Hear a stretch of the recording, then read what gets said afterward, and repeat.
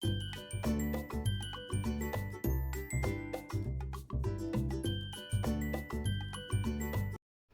Friends! இன்றைக்கி சூப்பரான hotel ஸ்டைலில் வடைக்கறி நம்ம வீட்டிலேயே எப்படி சுலபமாக செய்கிறது இந்த வீடியோவில் பார்க்க போகிறோம். ஸோ இந்த வீடியோ ஸ்கிப் பண்ணாமல் பாருங்கள். ஸோ இந்த டிஷ்ஷு பிடிச்சிருந்தாலும் மறக்காமல் இந்த வீடியோக்கு ஒரு லைக் கொடுத்து புதுசாக பார்க்குற ஃப்ரெண்ட்ஸ் நம்மளோட சேனலை சப்போர்ட் பண்ணி சப்ஸ்கிரைப் பண்ணிக்கோங்க.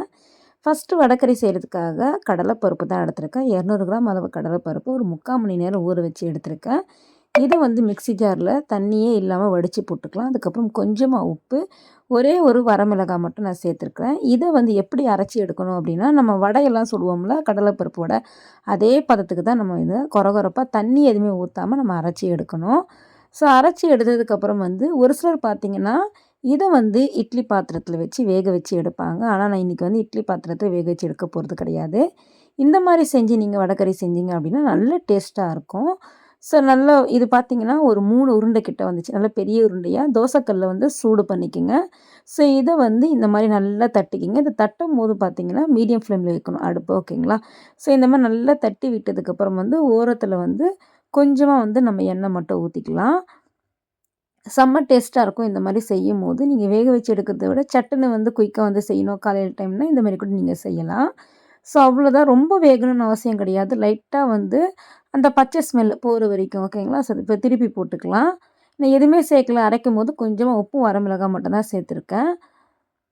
திருப்பி போட்டதுக்கப்புறம் வந்து ஒரு 2 செகண்ட் அந்த சைடுமே நல்லா வெந்து வந்துட்டோம். வெந்து வந்ததுக்கப்புறம் வந்து எல்லா பேட்சுமே வந்து இதே போல் நான் வந்து வேக வச்சு நான் எடுத்துக்கிட்டேன் தனியாக. தனியாக எடுத்ததுக்கப்புறம் வந்து இப்போ வந்து நம்ம தாளிக்க ஸ்டார்ட் பண்ணிடலாம். ஒரு கடாயை வச்சுக்கோங்க. அதில் வந்து ஒரு 5லேருந்து 6 டேபிள் ஸ்பூன் அளவு நம்ம எண்ணெய் சேர்க்கணும். ஸோ எண்ணெய் சூடானதுக்கப்புறம் இதில் வந்து பட்டை, கடல் பாசி இதெல்லாம் இருந்தால் கூட சேர்க்கலாம். நான் இன்றைக்கி எங்கள் வீட்டில் வந்து இது இருந்தனால இது மட்டும் தான் சேர்த்துருக்கேன். ஸோ பிரியாணி இலையும், அதுக்கப்புறம் வந்து பட்டை, கிராம்பு, ஒரு அன்னாச்சி பூ, கொஞ்சமாக வந்து சோம்பு மெயின் நம்ம சேர்க்கணும். ஸோ இதுக்கு வந்து ஏலக்காய்லாம் சேர்க்கக்கூடாது. இதை வந்து நம்ம சேர்க்கும்போது அடுப்பை வந்து மீடியம் டு லோ ஃப்ளேமில் வைக்கணும். ஏன்னா இது போட்டதுக்கப்புறம் வந்து கரிங்க ஆரம்பிச்சிடும். இது வந்து லைட்டாக வந்து அது வெந்து வந்தால் போதும், ஓகேங்களா? அந்த எண்ணெயில் போடும்போது அதனுடைய வாசனை வரணும், அதுக்காக தான். ஸோ அதுக்கப்புறம் வந்து ஒரு 2 வெங்காயம், பெரிய வெங்காயமாக 2 வெங்காயம் கட் பண்ணியிருக்கேன். சின்ன வெங்காயமாக இருந்தால் 3 எடுத்துக்கோங்க. ஸோ இந்தமாதிரி 2 வெங்காயம் போட்டதுக்கப்புறம் வந்து லைட்டாக இந்த மாதிரி நல்லா மிக்ஸ் பண்ணி கொடுத்துட்டே இருங்க. ஸோ அதுக்கப்புறம் கொஞ்சமாக நான் உப்பு சேர்த்துக்கிறேன். ஆல்ரெடி வந்து கடலை பருப்பில் வந்து நான் அரைச்சதில் போட்டிருக்கேன். ஸோ அதுக்கேற்ற மாதிரி கரெக்டான அளவு நீங்கள் உப்பு போட்டுக்கோங்க. ஸோ லைட்டாக இந்த மாதிரி நல்லா மிக்ஸ் பண்ணி விட்டுக்கலாம். அதுக்கப்புறம் வந்து 2 பச்சை மிளகாயை இந்த மாதிரி நீல வாக்கில் கட் பண்ணி சேர்த்துக்கிறேன். அதுவுமே நல்லா இந்த மாதிரி மிக்ஸ் பண்ணி விட்டுக்குங்க. நல்லா டேஸ்ட்டாக இருக்கும். கடைகளில் எப்படி இருக்குமோ அதே மாதிரி இருக்கும். கண்டிப்பாக உங்கள் வீடுகளில் ட்ரை பண்ணி பாருங்கள். எப்பவும் ஒரே மாதிரி சட்னி எல்லாம் செய்யாமல் ஸோ இந்த மாதிரி நீங்கள் செஞ்சு சாப்பிட்டீங்கன்னா நல்லா டேஸ்ட்டாக இருக்கும்.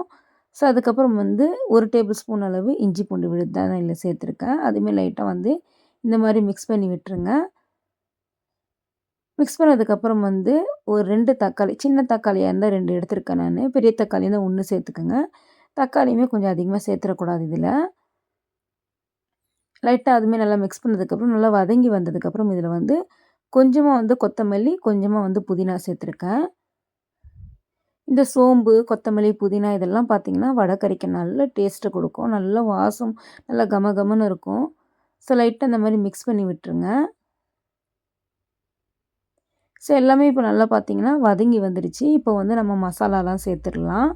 உங்களோட தேவைக்கு ஏற்ப நீங்கள் மசாலா வந்து காரம் வந்து சேர்த்துக்கோங்க. நான் ஆல்ரெடி பச்சை மிளகாய் 2 போட்டனால அதுக்கேற்றது போல் நான் வந்து மசாலாலாம் இதில் சேர்த்துக்கிறேன். ஃபஸ்ட்டு இதில் பார்த்திங்கன்னா குழம்பு மிளகாய் தூள் ஒரு 2 டேபிள் ஸ்பூன் அளவு நான் சேர்த்துருக்கேன். அதுக்கப்புறம் தனி மிளகாய் தூள் 1 டேபிள் ஸ்பூன் அளவு இதில் சேர்த்துருக்கேன். கொஞ்சமாக வந்து மஞ்சள் தூள் நம்ம சேர்த்துக்கலாம். ஸோ ஆல்ரெடி பார்த்திங்கன்னா அந்த குழம்பு மிளகாய் தூளே நம்ம சீரகம், சோம்பு இதெல்லாம் போட்டு அரைச்சிருப்போம்ல. நீங்கள் குழம்பு மிளகாய் தூள் இல்லை அப்படின்னா நீங்கள் கரம் மசாலா கூட சேர்த்துக்கலாம் கொஞ்சம் அதிகமாக. ஸோ இப்போ ஒரு 1/4 டேபிள் ஸ்பூன் அளவு கரம் மசாலா நான் சேர்த்துருக்கேன். அவ்வளோதான். இப்போ இந்த சேர்த்த மசாலாலாம் நல்லா எண்ணெயில் பார்த்திங்கன்னா வதங்கி வரணும். நல்லா இந்த மாதிரி மிக்ஸ் பண்ணி விட்டுக்குங்க.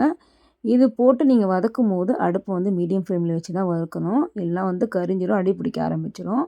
லைட்டாக இந்த மாதிரி மிக்ஸ் பண்ணதுக்கப்புறம் நீங்கள் இதில் நம்ம தண்ணி சேர்க்க போகிறோம். அதாவது 1 கப்பு கடலை பருப்பு எடுக்கிறீங்க அப்படின்னா 3 கப் அளவு தண்ணி அதில் சேர்க்கணும் சரிங்களா? ஸோ இப்போ உப்பு வந்து கொஞ்சம் கம்மியாக இருந்தனால லைட்டாக உப்பு மட்டும் போட்டுக்கிட்டேன். நல்லா இந்த மாதிரி கொதிச்சு வரணும். கொதிச்சு வந்ததுக்கப்புறம் வந்து நம்ம பருப்பை தோசைக்கல்ல போட்டு சுட்டு எடுத்துருக்கோம்ல, அதை வந்து நல்லா உடச்சிட்டு இந்த மாதிரி சேர்த்துக்குங்க. ஸோ இந்த மாதிரி சேர்த்ததுக்கப்புறம் வந்து ஒரு 10 நிமிஷம் நல்லா கொதிச்சு வரட்டும். கொதிச்சு வந்ததுக்கப்புறம் பார்த்திங்கன்னா, லைட்டாக தண்ணி மாதிரி தான் இருக்கும். ஆனால் அது நல்லா அந்த கடலைப்பருப்பு வந்து அந்த தண்ணியில் ஊற ஊற கடைகளில் எப்படி நல்லா கட்டியாக கிடைக்குமோ அதே மாதிரி நல்லா கட்டியாக கிடைக்கும். கண்டிப்பாக ட்ரை பண்ணி பாருங்கள். செம்ம டேஸ்ட்டாக இருந்துச்சு. ஸோ நீங்கள் மிளகாய்த்தூள் மசாலா போடல அப்படின்னா கூட எக்ஸ்ட்ரா ஒரு காரம் அதிகமாக வேணுன்றவங்க பச்சை மிளகாய் கூட சேர்த்துக்குங்க.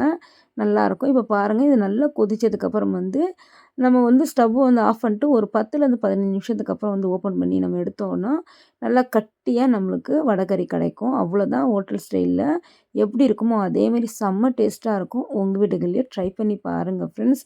அவ்வளோதான். இப்போ பாருங்கள் மிக்ஸ் பண்ணதுக்கப்புறம் வந்து நான் ஸ்டவ் ஆஃப் பண்ணிவிட்டு ஒரு 15 நிமிஷம் பொறுத்து தான் நான் எடுக்கிறேனே.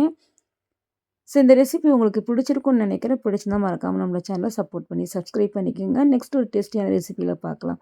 தேங்க்ஸ் ஃபார் வாட்சிங்.